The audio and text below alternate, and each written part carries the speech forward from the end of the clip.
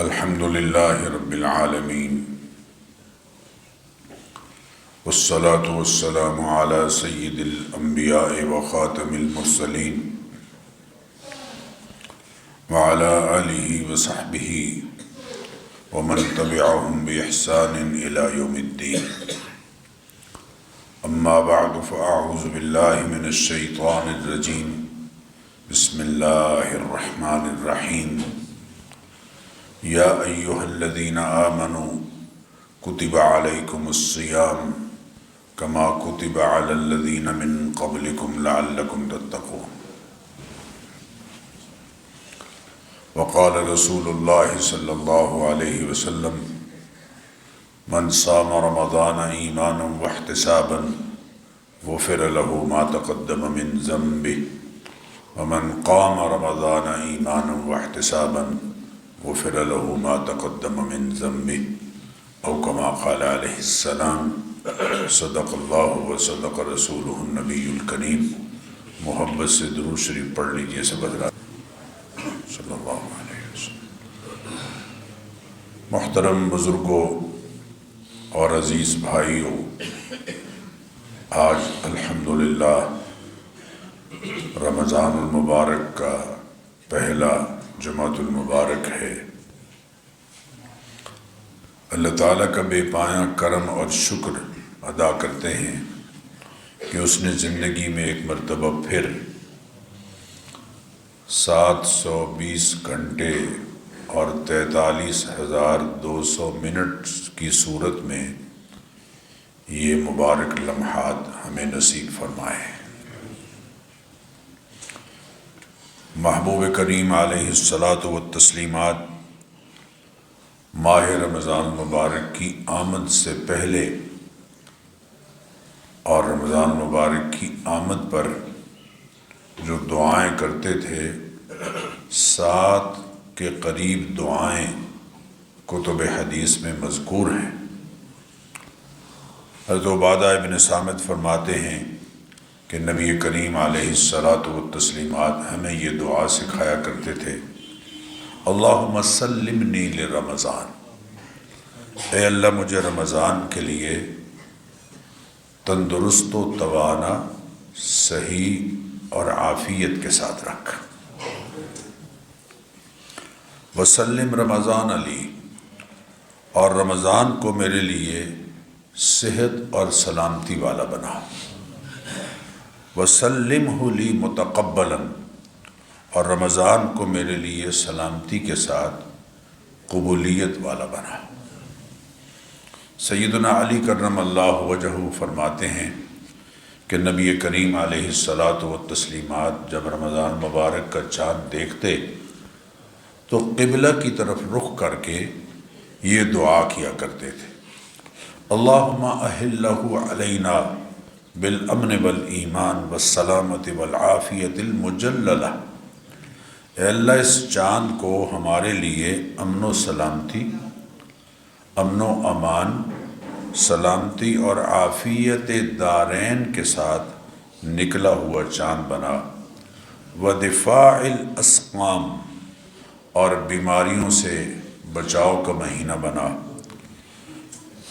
والعون علی الصلاة والصیام والقیام وتلاوت القرآن، اور اس مہینے کو ہمارے لیے نماز، روزے، تراویح اور تلاوت میں مدد والا چاند بنا. اللہم سلمنا لرمضان وسلمہ منا حتی ینقضی وقد غفرت لنا ورحمت وعفوت لنا وعفوت عنا.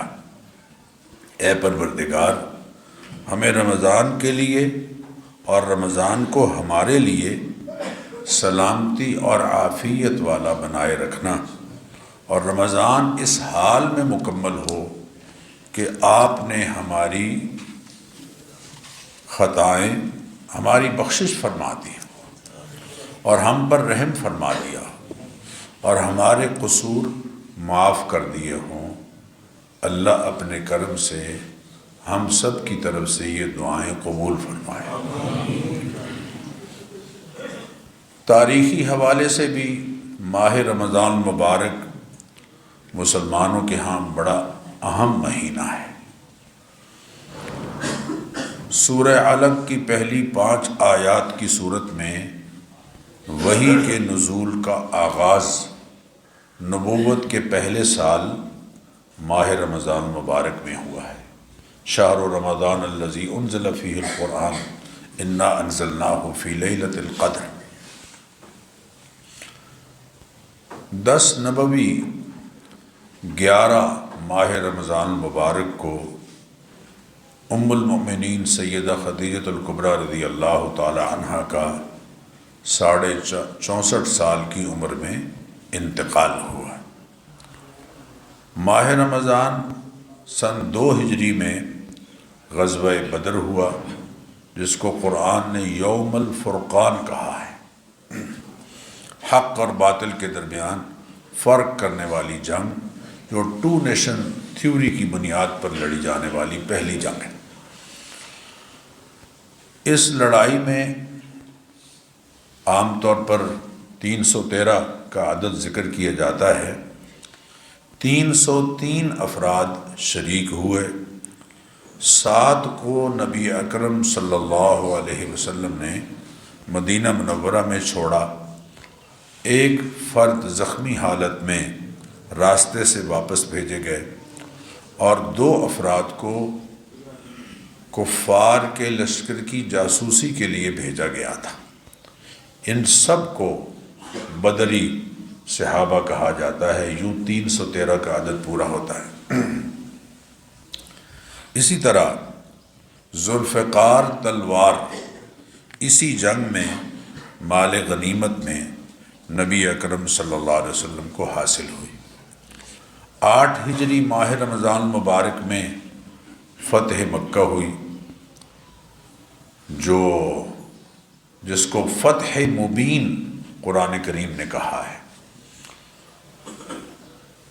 ماہ رمضان مبارک 11 ہجری میں سیدہ فاطمۃ الزہرا رضی اللہ تعالی عنہا کا انتقال ہوا۔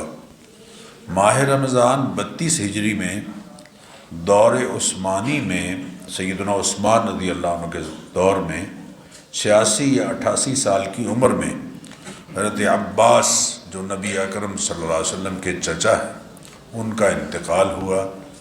حضرت عثمان رضی اللہ تعالی عنہ نے ان کی نماز جنازہ پڑھائی اور حضرت عبداللہ بن مسعود رضی اللہ تعالی عنہ نے ان کو لحد میں اتارا۔ ماہ رمضان 40 ہجری میں سیدنا علی کرم اللہ وجہہ کی شہادت ہوئی اور ماہ رمضان مبارک 58 ہجری میں ام المؤمنین سیدہ عائشہ صدیقہ رضی اللہ تعالی عنہ کا انتقال ہوا۔ گورنر مدینہ سیدنا ابو ہریرہ رضی اللہ تعالی عنہ نے ان کی نماز جنازہ پڑھائی۔ اور ماہ رمضان 92 ہجری میں طارق بن زیاد نے اندلس اسپین سے جنگ کا آغاز کیا۔ اللہ تعالیٰ کا ہم سب پر کرم ہے کہ ماہ رمضان مبارک کے حوالے سے خود محبوب کریم علیہ الصلاۃ والتسلیمات نے ہمیں چند ہدایات دی ہیں۔ پہلی ہدایت جسے میں ذکر کرنا چاہوں گا وہ یہ کہ نبی اکرم صلی اللہ علیہ وسلم نے فرمایا کہ اس مہینے میں گھر والوں پر کھانے پینے میں وسعت اور فراخی کی جائے۔ گھر والوں پر کھانے پینے میں خوراک کے حوالے سے وسعت اور فراخی کی جائے۔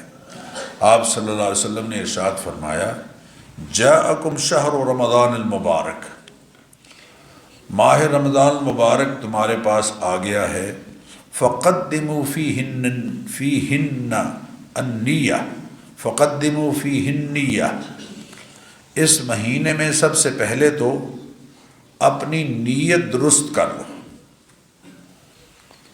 کہ اللہ تعالیٰ کی رضا اور خوشنودی کے لیے ہم روزے رکھیں گے۔ ہر روزے کی مستقل الگ سے نیت ہے۔ نیت دل کے ارادے کا نام ہے۔ جب ہم سحری کر لیتے ہیں روزے کی تو وہ ایک طرح سے عملاً نیت کا ہی اظہار ہو جاتا ہے۔ وَوَسِّعُوا فِيهِ النَّفَقَةَ، اور اپنے اہل و عیال کے جائز اخراجات میں کھلے دل سے کام لیا کرو۔ ایک اور ارشاد حبیب صلی اللہ علیہ وسلم ان الفاظ میں ہے، انبسطوا فی النفقۃ فی شہر رمضان، ماہ رمضان مبارک میں اخراجات میں وسعت سے کام لو۔ فإن النفقۃ فیہ کالنفقۃ فی سبیل اللہ، اس لیے کہ اس مہینے میں اپنی ذات پر اور گھر والوں پر جو خرچ ہو رہا ہے اس کا اجر اللہ کی راہ میں جہاد میں خرچ کرنے جیسا اللہ عطا فرماتا ہے، کالنفقۃ فی سبیل اللہ۔ دوسری ہدایت آپ صلی اللہ علیہ وسلم نے یہ ارشاد فرمائی کہ اپنے معمولات میں تبدیلی لانا ہے۔ یہ تبدیلی کا مہینہ ہے، روٹین سے ہٹ کر اپنے معمولات میں عبادات کے حوالے سے تبدیلی لانا ہے۔ کان رسول اللہ صلی اللہ علیہ وسلم اذا دخل رمضان تغیر لونہ، اللہ کے حبیب صلی اللہ علیہ وسلم کا حال یہ تھا کہ جب رمضان کا مہینہ داخل ہوتا آپ کا رنگ بدل جاتا تھا۔ تغیر لونہ، آپ صلی اللہ تعالی علیہ وسلم کا رنگ متغیر ہو جاتا۔ وکثرت صلاتہ، اور نمازوں کی کثرت ہو جاتی۔ فرض نماز تو یقیناً ادا ہونی ہی ہونی ہے، نوافل کی کثرت ہو جاتی۔ وابتہل فی الدعاء، اور دعا میں آہوزاری بڑھ جاتی تھی۔ واشفق لونہ، اور آپ کا رنگ مبارک سرخ ہو جاتا تھا۔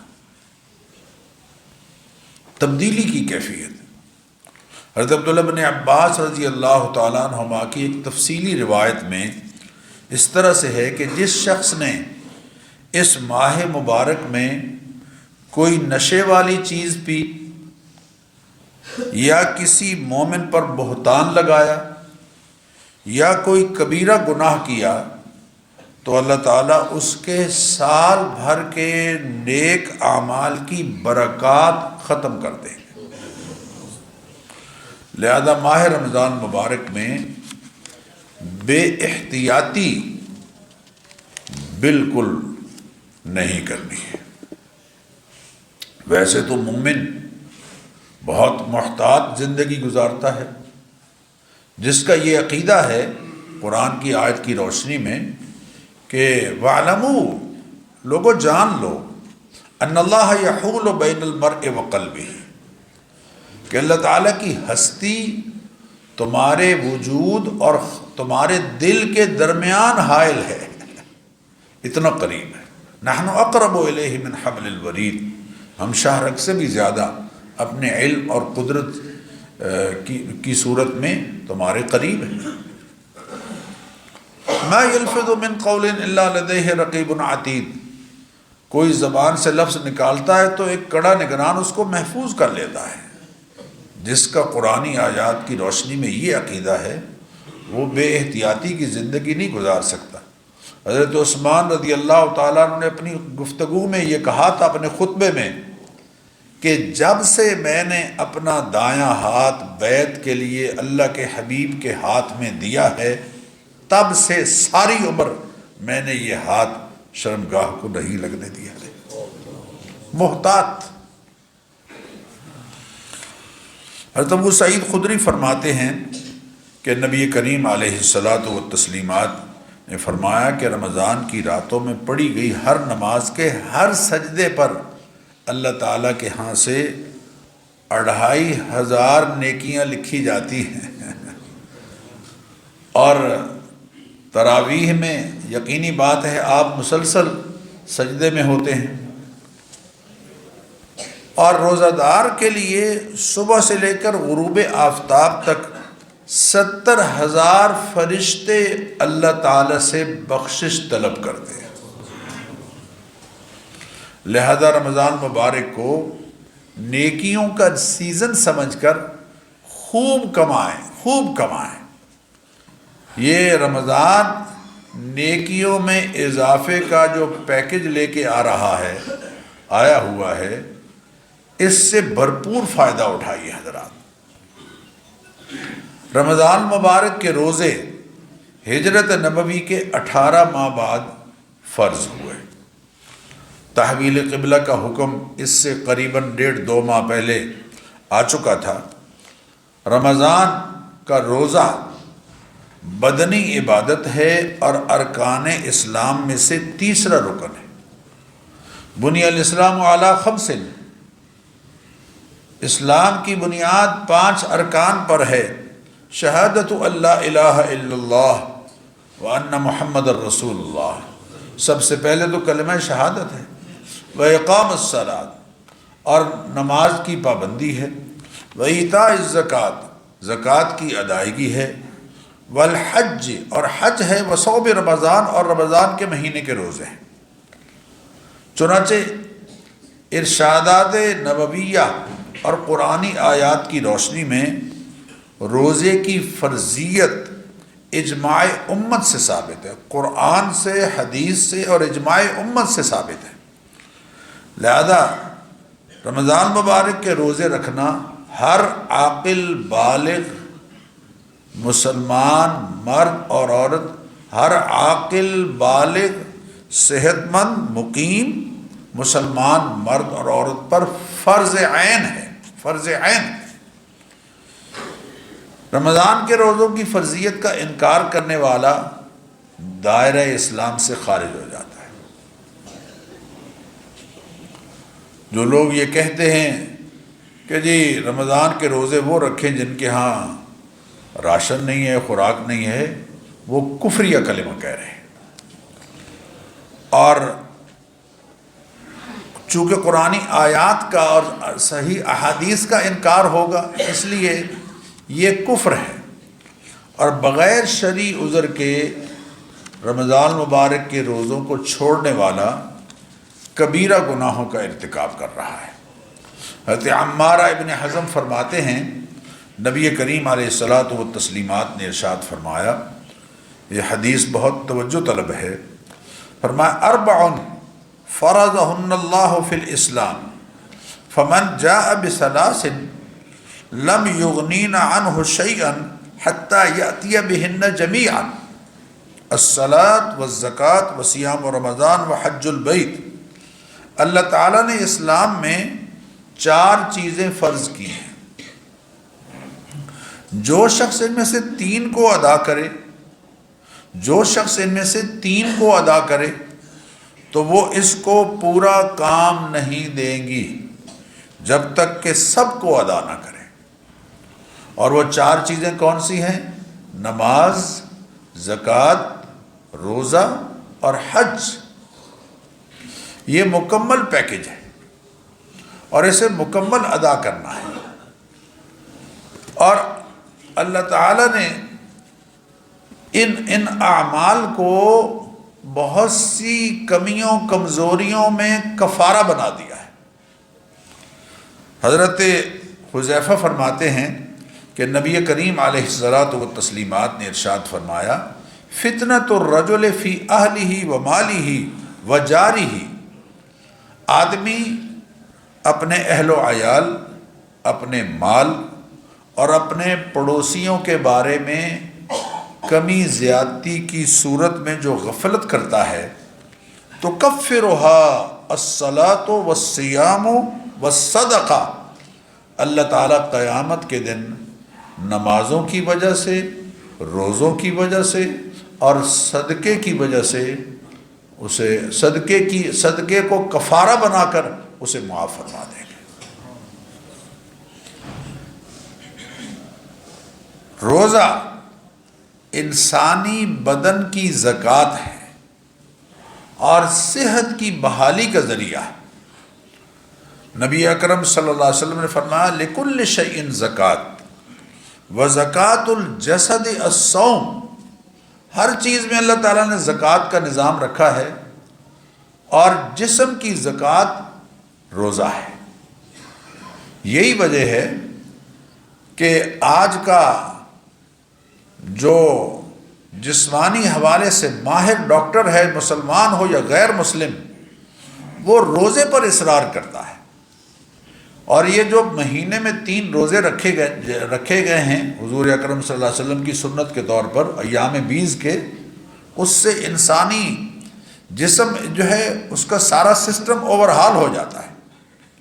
آپ صلی اللہ علیہ وسلم نے فرمایا صوموا تصحوا، روزے رکھو، اس سے تمہاری صحت بحال ہوگی، وسافروا تستغنوا، اور باہر نکلو، سفر کرو، مالدار ہو جاؤ گے۔ بہت سارے لوگوں کے سفر ان کے لیے کامیابی کا ذریعہ بنتے ہیں، تجارتی سفر۔ حضرت ابو امامہ فرماتے ہیں میں نے نبی کریم علیہ الصلاۃ والتسلیمات سے عرض کیا کہ یا رسول اللہ مجھے کوئی ایسا عمل بتا دیجئے جس سے اللہ تعالیٰ کے ہاں سے مجھے بہت نفع حاصل ہو، اللہ تعالیٰ جس کی وجہ سے مجھے نفع عطا فرمائے۔ تو آپ صلی اللہ علیہ وسلم نے ارشاد فرمایا علیک بالصوم فإنہ لا مثل لہ، روزے رکھا کرو کیونکہ روزے کی کوئی مثال نہیں ہے، روزے رکھا کرو۔ صرف رمضان مبارک کے روزے نہیں، باقی ایام میں جو نفلی روزے ہیں وہ حضور اکرم صلی اللہ علیہ وسلم کی سنت کے حوالے سے ہمارے لیے رہنما ہیں۔ میرے بزرگوں اور دوستو، روزہ دار سویا ہوا ہو تب بھی عبادت کا اجر اللہ اسے عطا فرما رہے ہوتے ہیں۔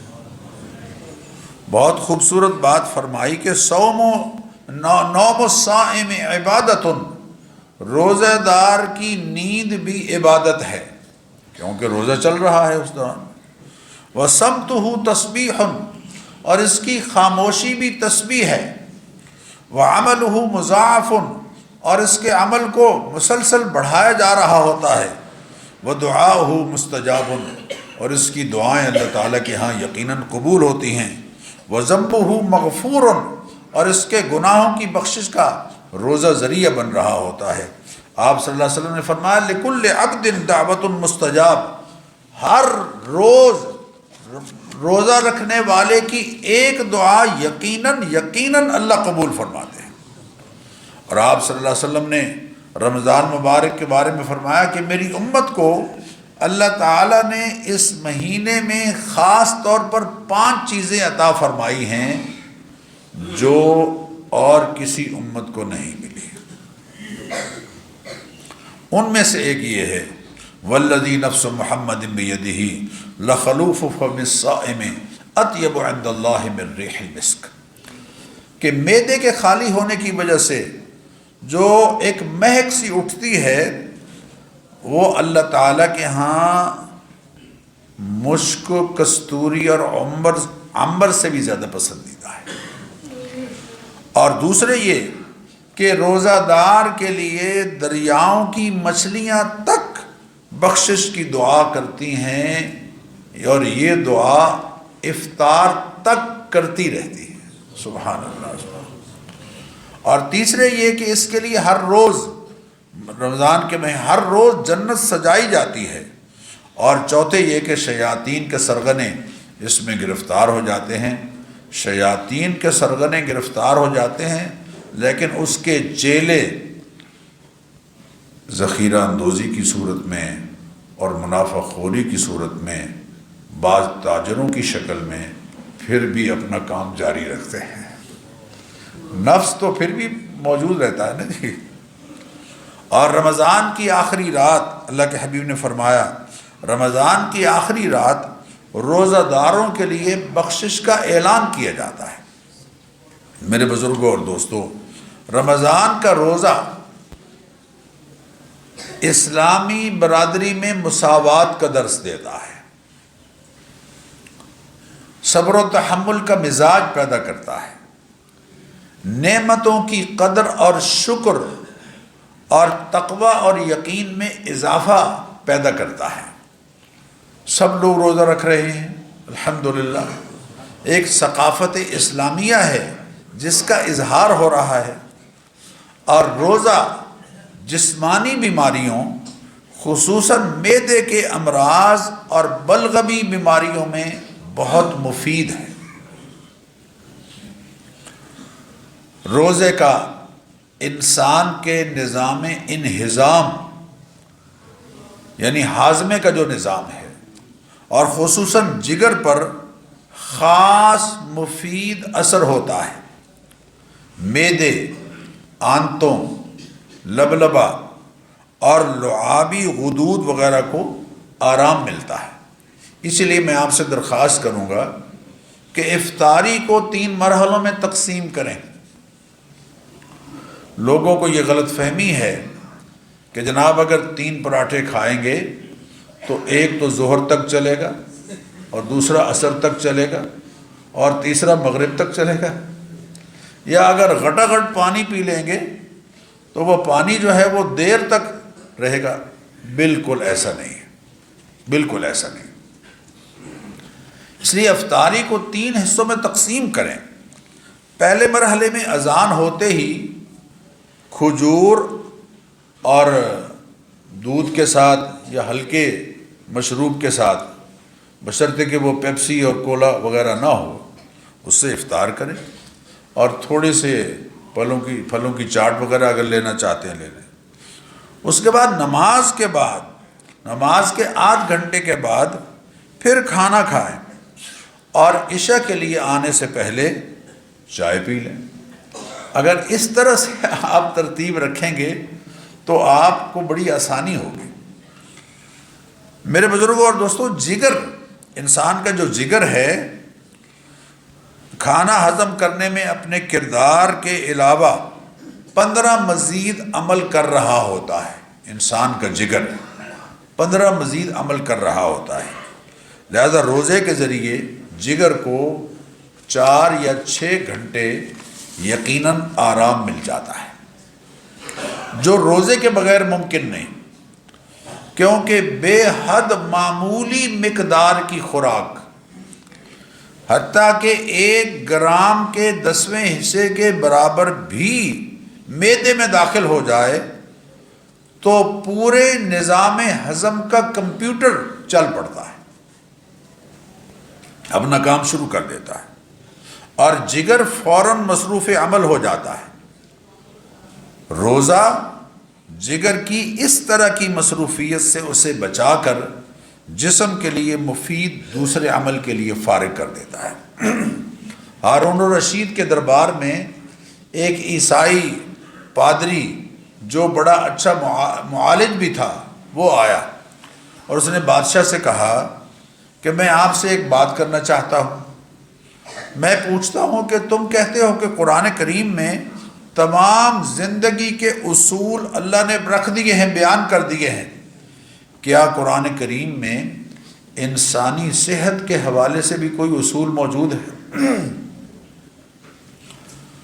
تو دربار میں علی ابن حسین عالم بیٹھے ہوئے تھے، انہوں نے فرمایا بڑا سنہری اصول ہے، اور وہ چھوٹے سے ایک جملے میں ہے، اور وہ ہے کلو وشربو ولا تسرفو، کھاؤ پیو لیکن اسراف سے کام نہ لو۔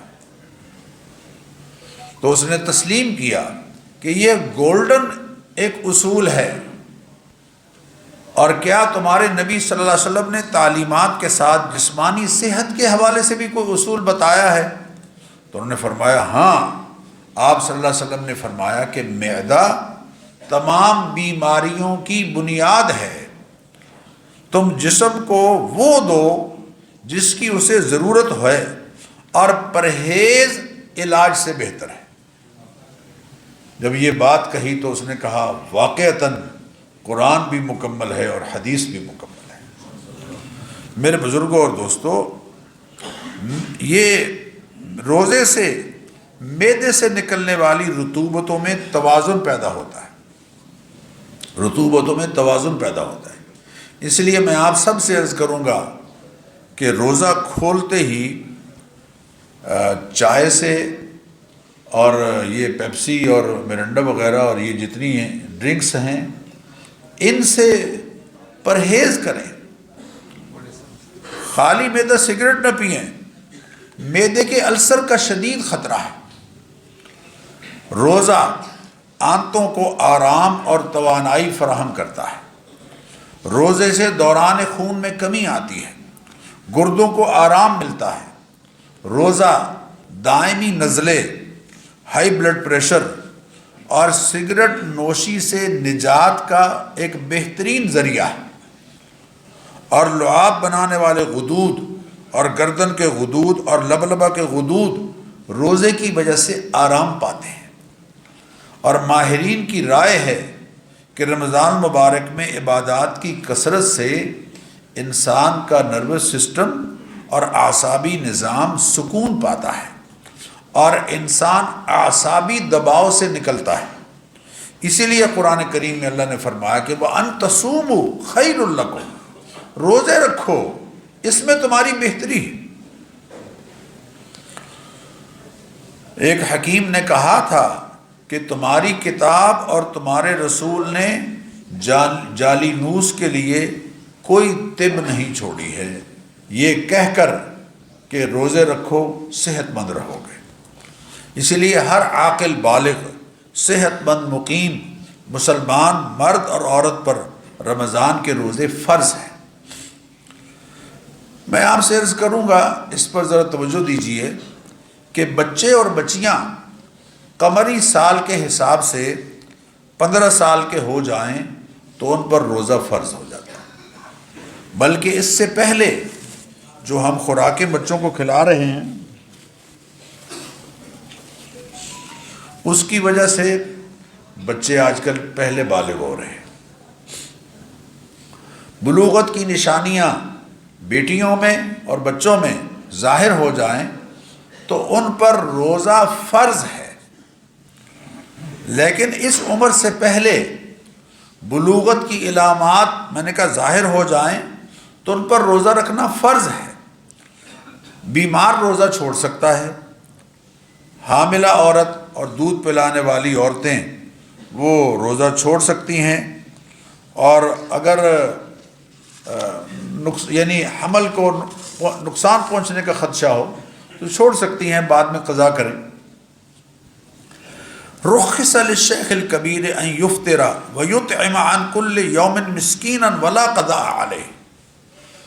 اور اگر کوئی بہت بوڑھا ہے، بزرگ ہے، اور وہ آئندہ روزہ رکھنے سے بالکل مایوس ہو گیا ہے تو اس کے لیے یہ ہے کہ وہ صبح شام کا ایک مسکین کو کھانا کھلانے کی صورت میں یا کھانے کی مقدار کی صورت میں مال بطور فدیہ دے. اسی طرح مسافر کو اگر دوران سفر روزہ رکھنے سے تکلیف ہوتی ہے تو وہ روزہ چھوڑ سکتا ہے، بعد میں قضا کرے گا. نبی اکرم صلی اللہ علیہ وسلم نے فرمایا من افطر فرخصتہ ومن صام فالصوم افضل.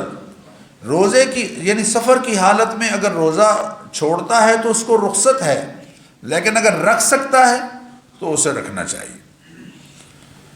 ان تینوں پر یعنی جو جس خاتون نے اپنی پریگننسی کی وجہ سے روزہ چھوڑا یا دودھ پلانے کی وجہ سے روزہ چھوڑا یا مخصوص ایام کی وجہ سے روزہ چھوڑا، اور مسافر جس نے روزہ چھوڑا، اور بوڑھا بزرگ جو بعد میں صحت مند ہو گیا، ان تینوں پر قضا کرنا فرض ہے. قضا کرنا فرض ہے اگرچہ فدیہ دے چکا ہو.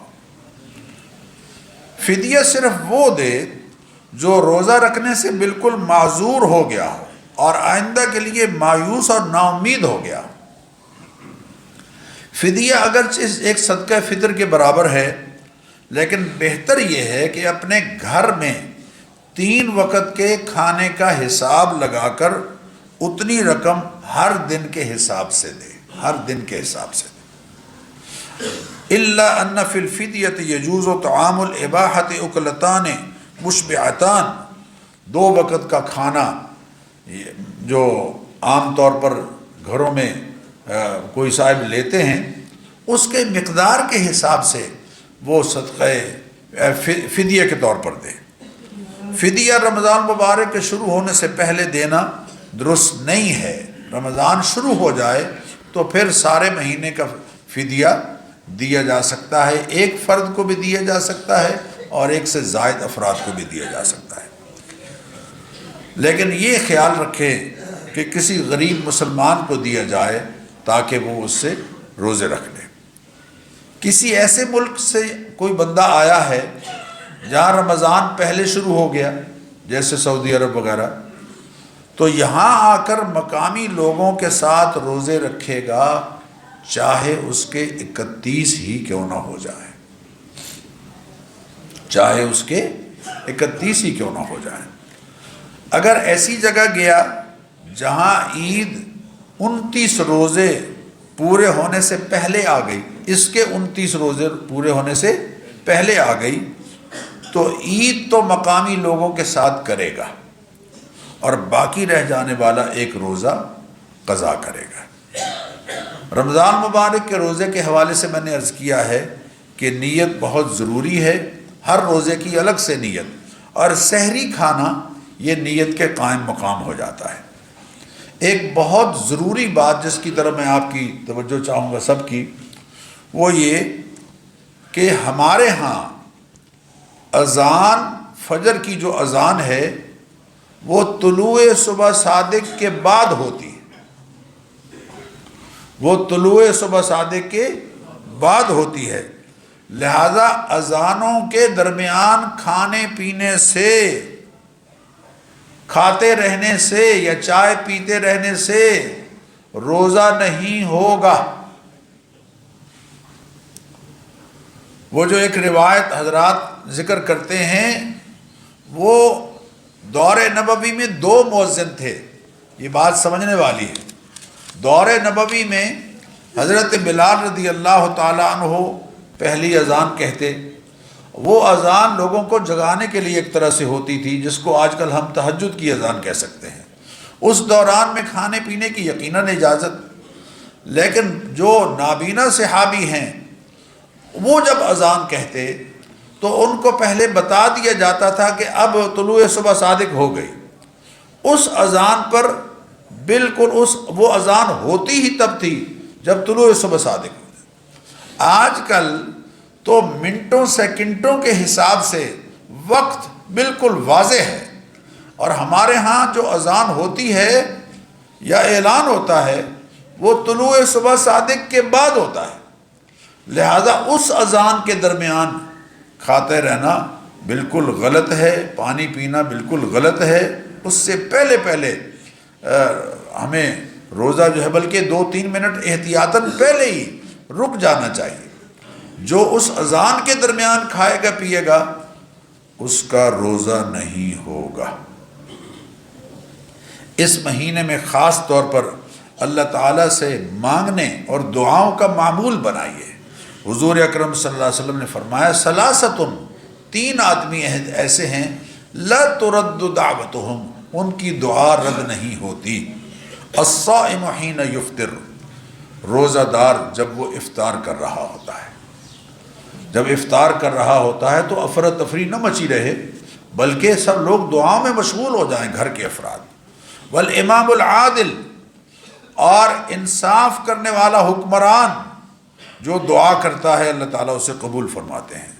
ودعوت المظلوم، اور مظلوم کی دعا بھی اللہ قبول کرتے ہیں چاہے کافر ہی کیوں نہ ہو۔ اللہ اکبر، اللہ یرفعها اللہ فوق الغمام وتفتح لها ابواب السماء، ان لوگوں کی دعائیں اوپر چلی جاتی ہیں، آسمان کے دروازے ان کے لیے کھل جاتے ہیں۔ ویقول الرب، اور اللہ تعالیٰ فرماتے ہیں، وعزتی، مجھے اپنی عزت اور جلال کی قسم ہے، لَأَنصُرَنَّكَ وَلَوْ بَعْدَ حِينٍ، میں تیری مدد ضرور کروں گا اگرچہ تیری مصلحت کی وجہ سے کچھ دیر ہی کیوں نہ ہو جائے۔ اس لیے غنیمت سمجھیں، نابالغ بچوں کو بھی روزے رکھوائیں بشرطے کہ وہ روزہ رکھ سکتے ہوں۔ بہت چھوٹا بچہ اس کو نہیں، لیکن جو 9-10 سال کی عمر کے بچے ہیں ان کو روزے رکھوانا صحابہ کی سنت ہے۔ ہم میں سے جو میری عمر کے حضرات ہیں ان کے لیے تو ایک بشارت یہ ہے کہ آئندہ ساری عمر ٹھنڈے ہی روزے آئیں گے روزے ٹھنڈے آئیں گے۔ لیکن بچوں کے لیے بھی، جوانوں کے لیے بھی یہ ہے کہ ٹھنڈے روزے، تو بچوں کو روزے رکھوانا صحابہ کی سنت ہے۔ حضرت ابن عفراء کی بات صحیح بخاری میں حضرت ربیع بنت معوذ نے نقل کی ہے، وہ کہتے ہیں کہ نصوم صبیاننا، ہم اپنے بچوں کو روزے رکھوایا کرتے تھے، وَنَجْعَلُ لَهُمُ اللُّعْبَةَ مِنَ الْعِهْنِ، اور روئی یا اون کے کھلونے ہم نے ان کے لیے بنا رکھے تھے۔ فَإِذَا بَكَى أَحَدُكُمْ عَلَى الطَّعَامِ أَعْطَيْنَاهُ ذَاكَ حَتَّى يَكُونَ عِنْدَ الْإِفْطَارِ، اگر وہ بھوک کی وجہ سے رونے لگتے تو ہم وہ کھلونا ان کو دے دیتے تھے کہ چلو افطار تک اس سے کھیلتے رہو۔ دیکھیں یہ ہے صحابہ کی سنت ہے۔ اور آخر میں یہ عرض کروں گا کہ روزہ کس چیز سے افطار کیا جائے۔ نبی اکرم صلی اللہ علیہ وسلم نے فرمایا اذا افطر احدکم، جب تم میں سے کوئی روزہ افطار کرے، فلیفطر علی تمر، تو وہ کھجور کے ساتھ افطار کرے۔ کس کے ساتھ؟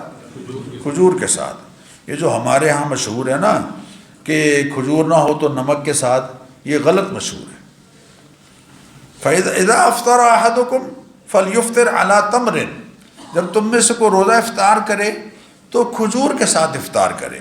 فَإِنَّهُ بَرَكَةٌ، اس لیے کہ اللہ تعالیٰ نے اس میں برکت رکھی۔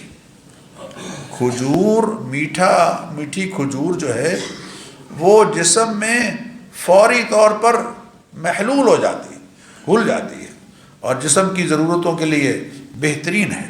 فَإِن لَّمْ يَجِدْ تَمْرًا، اگر کھجور نہیں پاتے، فَالْمَاءُ، تو پھر پانی کے ساتھ افطار کرو، فَإِنَّهُ طَهُورٌ، اس لیے کہ یہ نہایت پاکیزہ چیز ہے۔ اللہ کے حبیب صلی اللہ علیہ وسلم کا مزاج کیا تھا؟ کان النبی صلی اللہ علیہ وسلم یحب ان یفطر علی ثلاث تمرات، اللہ کے حبیب صلی اللہ علیہ وسلم 3 کھجوروں کے ساتھ روزہ افطار کرنا پسند فرماتے۔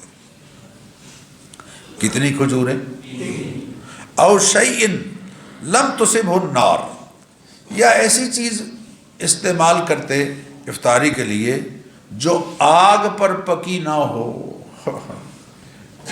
پکوڑے کس پر پکتے ہیں جی؟ اور سموسے جی؟ او ہو، جو بازار سے آپ سموسے خریدتے ہیں وہ تو پتہ نہیں کتنے دنوں کے اس تیل میں تلے جاتے ہیں جو کسی بھی لحاظ سے صحت مند نہیں۔ او شیء لم تصبہ النار، علامہ نادر رحمۃ اللہ علیہ نے اس جملے کی شرح فرمائی ہے، اے لیس مصنوعا بنار، کہ وہ ایسی چیز ہے جو آگ کے ذریعے سے نہیں بنائی گئی، تیار کی گئی، کلبن، جیسے دودھ، او عسل، یا جیسے شہد، فیندب لنا التآسی بہ فی ذلک، ہمارے لیے بھی یہی مستحب ہے کہ افطار کریں کھجور کے ساتھ، چھوارے کے ساتھ، یا شہد ملے پانی کے ساتھ، یا دودھ کے ساتھ۔ اور تراویح کے بارے میں بھی ایک ارشاد سن لیجئے، نبی اکرم صلی اللہ علیہ وسلم نے فرمایا، حضرت عبد الرحمن بن عوف فرماتے ہیں، ان اللہ تعالی قد افترض علیکم صوم رمضان، اللہ تعالیٰ نے تم پر رمضان کے روزے فرض کیے ہیں، وَسَنَنْتُ لَكُمْ قِيَامَهُ، اور اس کا قیام میں نے تمہارے لیے سنت بنایا ہے، اس کے قیام کو میں نے تمہارے لیے سنت بنا، یہ میرا طریقہ ہے، میری سنت ہے۔ فَمَنْ صَامَهُ وَقَامَهُ ایمانا وَاحْتِسَابًا وَيَقِينًا، جو روزہ بھی رکھے گا اس مہینے کے اور قیام بھی کرے گا تراویح کی صورت میں کھڑے ہو کے، ایمان کے ساتھ اور ثواب کی نیت کے ساتھ اور یقین کے ساتھ، کان کفارۃ لما مضی، تو اللہ تعالیٰ پچھلے گناہوں کے لیے اس عمل کو کفارہ بنا دیں گے۔ اور ہم اپنے طور پر جو میں کسی اور پر تنقید نہیں کر رہا، لیکن میں چاہتا ہوں کہ ہمارے ہاں جو عمل ہے وہ جابر بن عبداللہ کی اس ارشاد کی روشنی میں ہے کہ خرج النبی صلی اللہ علیہ وسلم ذات لیلۃ فی رمضان فصلی بالناس 24 رکعۃ واوتر بثلاثۃ۔ اور عبداللہ بن عباس فرماتے ہیں کہ نبی اکرم صلی اللہ علیہ وسلم کان یصلی فی رمضان 20 رکعۃ والوتر، آپ صلی اللہ علیہ وسلم 20 رکعتیں پڑھیں اور ساتھ میں وطر پڑھا۔ یہ ہمارا جو ہم عمل اختیار کرتے ہیں۔ اور حضرت یزید بن رومان کہتے ہیں کہ کان الناس یقومون فی رمضان فی زمان عمر بن الخطاب فی رمضان ب23 رکعۃ، کہ سیدنا عمر رضی اللہ تعالیٰ عنہ کے دور میں جو 23 رکعتیں پڑھی جاتی تھیں، جن میں 20 تراویح ہیں اور 3 وطر ہیں۔ جہاں دل ٹکتا ہے پڑھ لیا کیجئے، لیکن چھوڑے نہیں۔ اللہ تعالی ہم سب کو اس کی توفیق عطا فرمائے۔ آخر دعوانا